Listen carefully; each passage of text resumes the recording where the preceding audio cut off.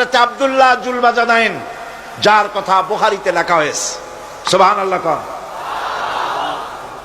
যুবক মানুষ ইসলাম কবুল করেছেন। ইসলাম কবুল করতে গিয়ে বাড়ি ঘর জায়গা জমি কিছুই ছিল না। ছোট্ট অবস্থায় বাবা মারা গেছে, চাচার ঘরে লালিত পালিত হচ্ছিলেন। এরপরে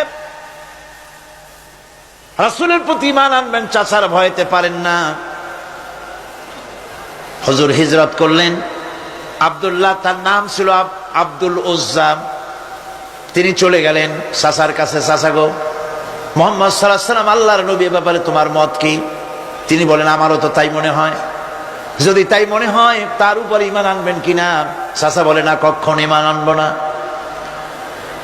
ভাতিজা বলতেছেন, চাচাজি, বছরের পর বছর ধরে অপেক্ষা করতেছিলাম, আমি আপনার অধীনে আছি বলে ইসলাম কবুল করতে পারি নাই। আমার ইচ্ছা ছিল আপনি আগে করবেন, তারপরে আপনাকে দেখা দেখি আমি করব। কিন্তু আপনি যখন ইসলাম কবুল করলেন না, আর করবেন না বলে যখন ঘোষণা দিলেন, আপনাকে উপস্থিত রেখে আমি ঘোষণা দিলাম, লা ইলাহা ইল্লাল্লাহু মুহাম্মাদুর রাসূলুল্লাহ। চাচা বলছে, ভাতিজা, এর পরিণাম জানো? কয়, না, জানি না। এর পরিণাম হচ্ছে তুমি আমার বাড়িতে থাকো, আমার বাড়ি ছাড়তে হবে।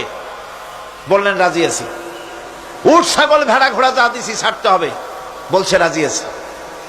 চাচা বলছে, শুধু তাই নয়, পরনের যে লুঙ্গি আছে, গায়ে যে জামা আছে, তামার পয়সার লুঙ্গি জামা ছাড়তে হবে। ভাতিজা বলছে, ঈমানের জন্য যা চাও সব ছাড়িয়ে দেব। জামা লুঙ্গি খুলে ফেলে দিয়ে দিলেন। হাদিস। তিনি চলে গেলেন মায়ের কাছে ওই অবস্থায়।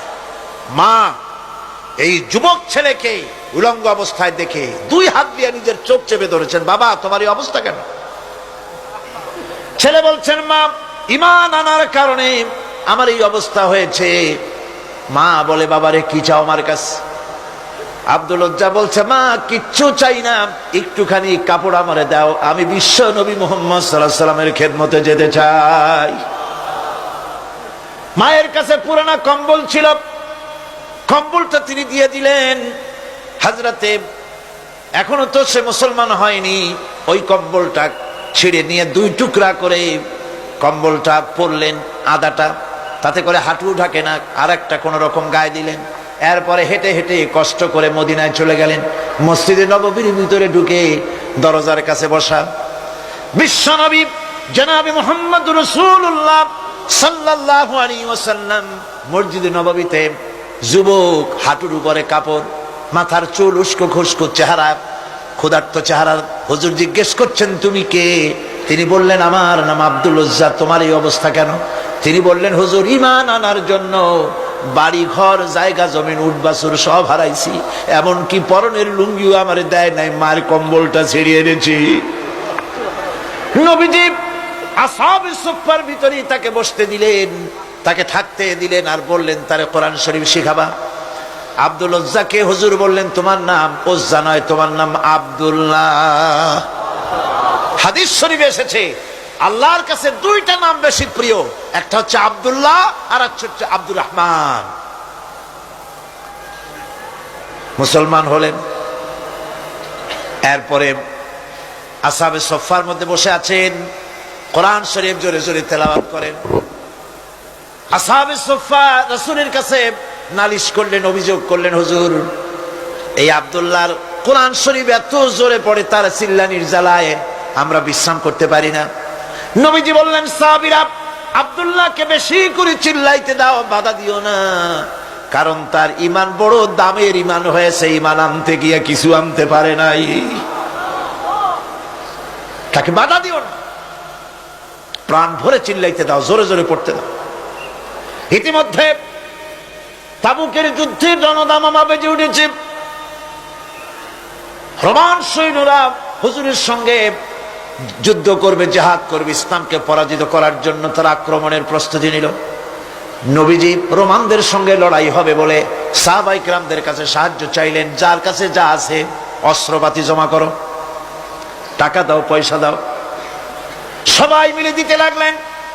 দিতে দিতে মহিলারা গলার হার, নাকের ফুল, কানের দুল হুজুরের সামনে স্তূপ হয়ে গেছে, টাকা কড়ি সোনা দানা সব শুদ্ধ। হুজুর বলছেন, সাহাবীরা সবাই তো সব জিনিস দিলে, আমার আবু বকর রে দেখি না কেন? হযরত আবু বকর রাদিয়াল্লাহু তাআলা আনহু একটা পিলারের আড়ালে দাঁড়ানো ছিলেন। হুজুরের ডাক শুনে তিনি আসলেন, হাতে ছোট্ট একটা থলি, চোখে পানি। থলিটা হুজুরের হাতে তুলে দিলেন। হুজুর থলি ছাড়লেন, দেখা গেল কয়েকটা দিরহাম আর কয়েক কেজি গম, আর কিছু নাই। হুজুর তাকালেন, দেখছেন আবু বকর রাদিয়াল্লাহু তাআলা আনহুর চোখের পানিতে দাড়ি ভিজে ভিজে পড়তেছে। হুজুর বললেন, আমার সাহাবীরা, আজ তোমরা সকলে মিলে যে দান করেছো, সেই দানের তুলনায় আবু বকর যে দান করেছে আল্লাহ রাব্বুল আলামিনের কাছে তা বেশি মূল্য হয়েছে। মনের মধ্যে অনেকের প্রশ্ন জাগলো, কেমন করে তা হলো? আমরা এত এত দিলাম। হুজুর জিজ্ঞেস করলেন, ও সাহাবী, তুমি কত দিয়েছো? বাড়ি কত আছে? তিনি বললেন, এত দিছি, এত আছে। তুমি কত দিয়েছো? কত রেখে এসেছো? প্রত্যেকে এরকম বলল। হযরতে ওসমান, হযরতে ওমর, হযরতে আলী রিদওয়ানুল্লাহ তাআলা আলাইহিম আজমাইন, তারাও বললেন, অর্ধেক এনেছি, অর্ধেক থুয়ে আসছি, 2 ভাগ এনেছি, 1 ভাগ রেখে আসছি। সব শেষে নবীজি হযরত আবু বকর রাদিয়াল্লাহু তাআলা আনহুকে প্রশ্ন করলেন, আবু বকর, তুমি কি এনেছো আর বাড়ি কি রেখে এসেছো? হযরত আবু বকর বলেন, ইয়া রাসূলুল্লাহ, ইয়া হাবিবাল্লাহ, আমার বাড়িতে জাগতিক সম্পদ বলতে যা বুঝায় সবটুকু এনে নবীজির কদম মোবারকে দান করে দিয়েছি। আবু বকরের ঘরে এখন আল্লাহ আর তার রাসূল ছাড়া কোনো জিনিস বাকি নাই, যা ছিল সব এনেছি। হুজুর জিহাদে রওনা হলেন 30,000 সৈন্য সাথে, 30,000 সৈন্য নিয়ে নবীজি তাবুকের দিকে চললেন। পথের মধ্যে হযরত আব্দুল্লাহ এসে হুজুরের সামনে দাঁড়ায় গেছেন। আব্দুল্লাহ এসে বলেন, ইয়া রাসূলুল্লাহ, একটু দাঁড়ান। এই জিহাদে মেয়ে লোক, পুরুষেরা, সাহাবীরা সবাই প্রাণ ভরে দান করলো, কিন্তু আমি এমন এক বান্দা, আল্লাহর কিছুই দিতে পারলাম না। আমার তো দেওয়ার মতো কিছুই নাই হুজুর, আমার দেওয়ার মতো কিছুই নাই।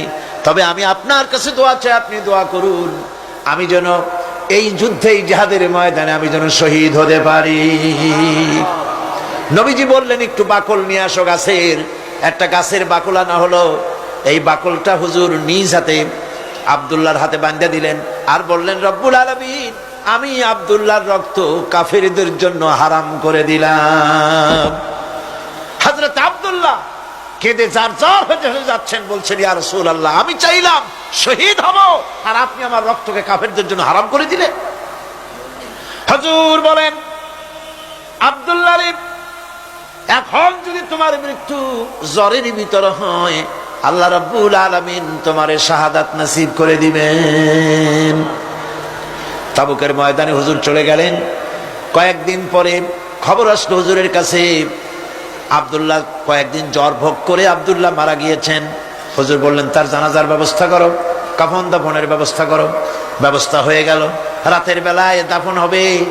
একজন লোক কবরের কাছে দাঁড়ায় টিম টিম করে একটা আলো নিয়ে দাঁড়ায় আছে, আর একজন লোক কবরের ভিতরে নেমেছেন। 2 ব্যক্তি লাশ 2 হাতে উঁচু করে নিয়ে আসতেছেন কবরের কাছে। যিনি কবরের ভিতরে দাঁড়ানো, তিনি বলতেছেন, লাশ বহন করে তোমরা যে 2 জন আনতেছো, লাশের সাথে খবরদার বেয়াদবি করো না, তোমাদের ভাইয়ের সঙ্গে আদব করো। এই বলে কবরের ভিতরে যিনি দাঁড়িয়েছিলেন, তিনি লাশটারে ধরলেন। কবরের ভিতরে দাঁড়িয়ে যিনি লাশ ধরেছেন, লাশকে কবরে শোয়াই দিয়েছেন, তিনি আর কেউ নন, তিনি বিশ্ব নবী মুহাম্মদুর রাসূলুল্লাহ। নিজের হাতে হযরত আব্দুল্লাহকে শোয়াই দিলেন। লাশ বহন করে যে 2 জন আনলেন, তার একজন হলেন হযরত আবু বকর, আর একজন হযরত ওমর রাদিয়াল্লাহু তাআলা আনহুমা। আর আলো নিয়ে যিনি দাঁড়িয়েছেন, টিম টিম করে জ্বলতেছেন, তিনি হযরত বেলাল। কবরের ভিতরে হযরত আব্দুল্লাহকে শুইয়ে দিয়ে উপরে মাটি দিয়ে নবীজি কবরের 2 দিকে হাত দিয়া আল্লাহ রাব্বুল আলামিনের দরবারে ফরিয়াদ তুললেন, রব্বুল আলামিন, আমি আজকে সন্ধ্যা পর্যন্ত এই আব্দুল্লাহর প্রতি রাজি ছিলাম, খুশি ছিলাম। আল্লাহ গো